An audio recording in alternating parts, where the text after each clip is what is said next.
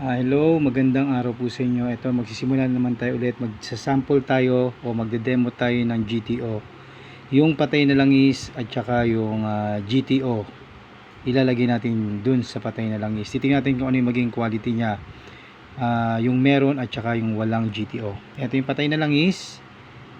Ilalagay natin dito parehas sa dalawa. Sasalinan natin para makita natin ang kaibahan ng may GTO at saka walang GTO. Yan. Yan. So yan na po ang ating langis na nakahalo. Ayan po. So makita nyo parehas po yan na langis. And then lalagyan po natin yung isa ng GTO. Ito po yung GTO. Galing po yan sa bote ng GTO. Papatakan po natin or lalagyan natin ng GTO dito. Ayan, para makita natin na ihahalo natin. Ayan, makita nyo po. Humalo na po yung GTO. Gamitan natin ng kutsara para hindi mahalo sa kamay natin. Ayan, makita natin. Ayan. So, actually, hindi naman agad matatanggal yung pinaka itim niya, yung carbon. Kasi yung langis natin is sunog na yan eh.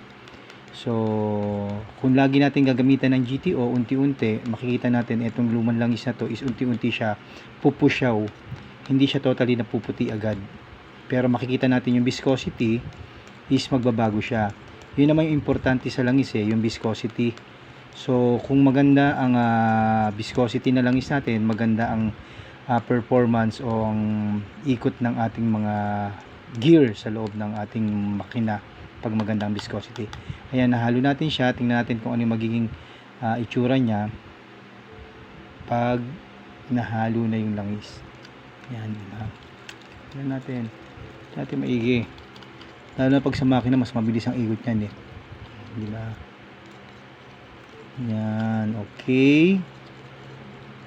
Then, ayan, makita natin ang quality. Hindi naman kailangan marami. Pero makikita natin yung itsura ng langis. Yan, paikutin lang natin ng paikutin. Makita naman natin medyo pumupusyaw siya, di ba? Yung quality ng langis natin is medyo pumupusyaw siya. Yan, yeah, kita niyo yung itsura niya. Mas maganda yung lapot niya. Medyo lumabnaw siya kumpara dun sa patay na langis na talaga siya. Nakikita niyo yung itsura. Yan. So, yung halo niya sa loob ng sa loob ng lalagyan na to, nakita nyo ang bilis ng bagsak at saka yung ikot ng langis. Nakita nyo, so medyo pumusyaw siya kumpara dun sa kanina na itim. And then tingnan naman natin yung itong langis natin na yan yung langis natin. Ito yung haluin din natin para makita natin kung ano yung maging itsura nya. Ito medyo malapot, nakita nyo yung ikot ng langis. Medyo malapot siya. So ito, nasa natin, ikalat din natin dyan para makita natin ang itsura ng langis. Yan yung langis na mas malapot siya.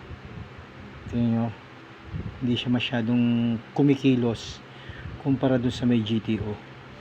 Kung may GTO siya, makikita nyo yung galawan niya is mas madulas, mas smooth siya.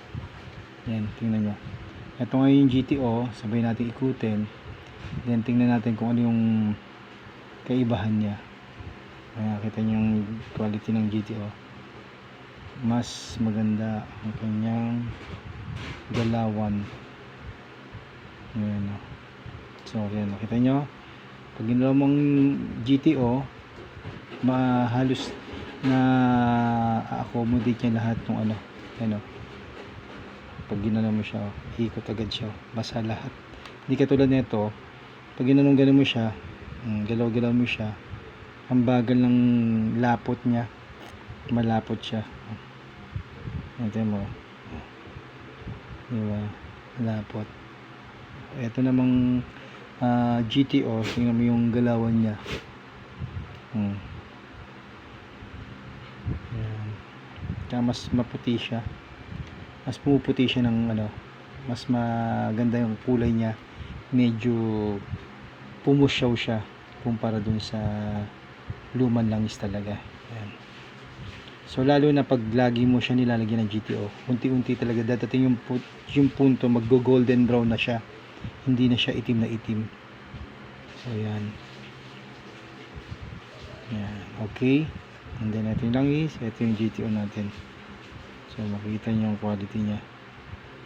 So unti-unti katagalan yan, yung langis natin is mas pupusyaw yung kulay niya katagalan. Pero yung quality niya, mas maganda yung quality nito sa totoo lang. Kita nyo. Yan. Okay. Salamat po.